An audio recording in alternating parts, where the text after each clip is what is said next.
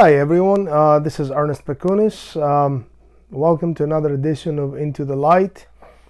I've stayed away from making videos for quite some time now, and I apologize for that. I figured that any updates I had worth sharing, they could all fit in a small video. First of all, a little update. I had some issues with the statins that I was taking, and that caused an excruciating pain on my right knee as well as right thigh, and that's my strong side. So basically I was walking around, with a numb leg and a pain and leg that was in pain. So anyway, had some exams, and we tried to use a different statin, a much weaker, going from 20 milligrams to 5 milligrams. But of course, the liver function is what needs to be monitored very closely. So I'll be doing that. There are some good people around that try to take good care of me. So that's basically the update. I'm doing a little bit better now, so I can't complain. The purpose of this video, however, is something very different from just a mere update.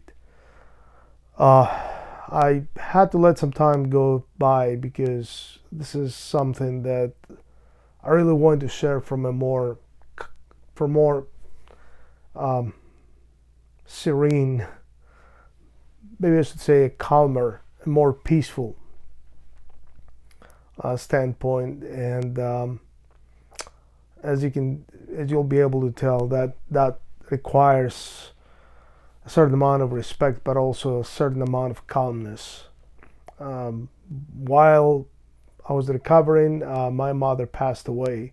It happened overseas. It was due to brain bleeding from a fall, an accident that could have been very easily avoided. My mother was getting ready to join us for Christmas, and her overseas trip didn't go as well, and unfortunately this happened. I could not be present to make the arrangements for the funeral, and I'm the only child. The part that I want to share with you is that grieving during those times can be a very painful experience for someone recovering from stroke. And not only stroke, of course, you can substitute stroke with heart attack or other related illnesses. But the emotional aspect of it is what I want to bring your attention to. I hope you'll not have to deal with this, but if you do, just be prepared, because it's not going to be easy. It is a very difficult and painful experience, unfortunately. The night when I heard that my mother passed away, I almost had heart attacks. I have to tell you, several times during the night. Of course, I did not sleep, and I kept going back to the good times we had. I kept thinking how unfair it was that my mother left so suddenly. There were years ahead of her, and I wanted her to enjoy time with my son, whom she loved like nothing else. And grievance during that time was not an easy thing. On one hand, you have to calculate everything. You have to look into the financial aspect of it, inheritance issues, how do we manage the funeral. And I have to admit that if it wasn't for some nice people down in Greece where the incident happened, I would be really in a bad shape, because I couldn't fly. I simply could not fly. So all these arrangements happened very quickly, first of all, and I'm truly thankful to all those wonderful people down there who took the lead and became the substitute of me. They became the son that my mother should have had by her side during those moments. Just for the record, we thought she was going to come out of this with a broken pelvis, which was one of the two major injuries she had.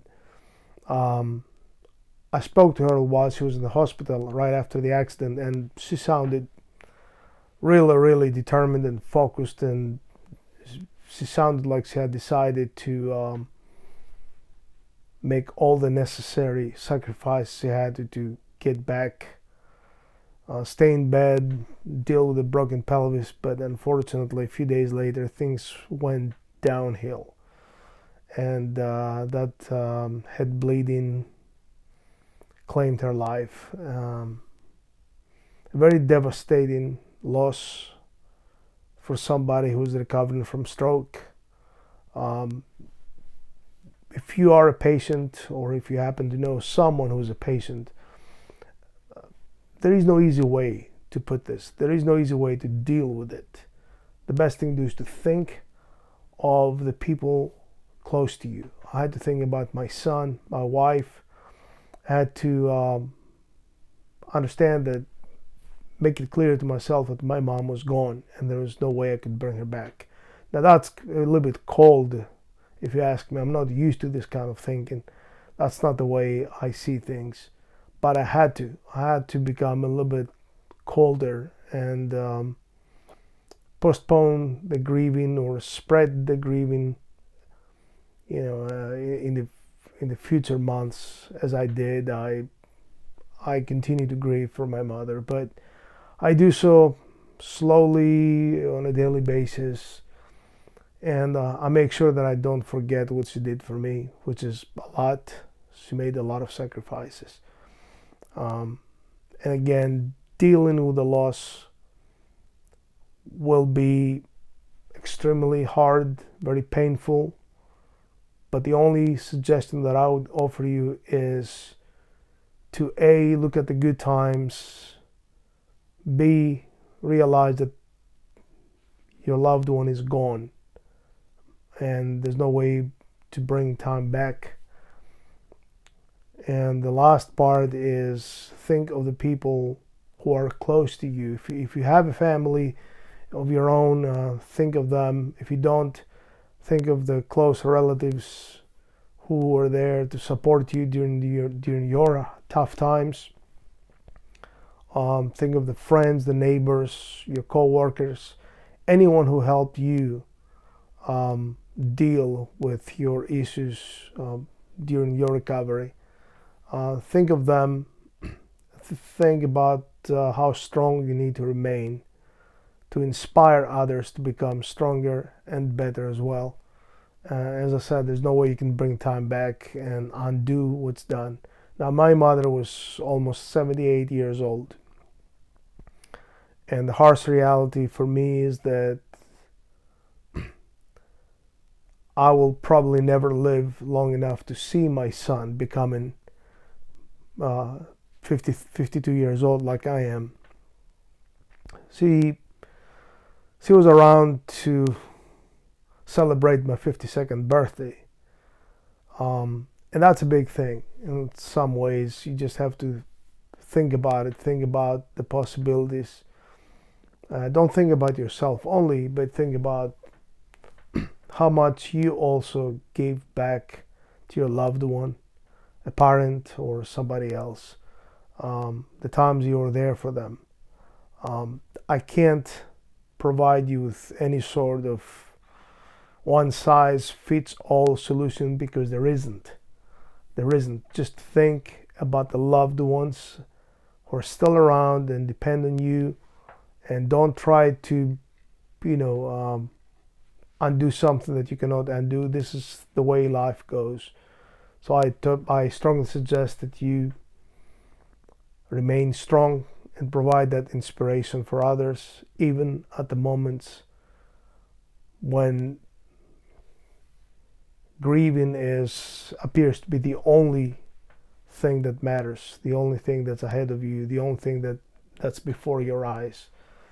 Well, thank you very much, and I'm sorry I didn't have a lot of useful information, but I think that grieving is important, and you have to be emotional, but don't overdo it, because you have to think about yourselves too, and that's a big thing.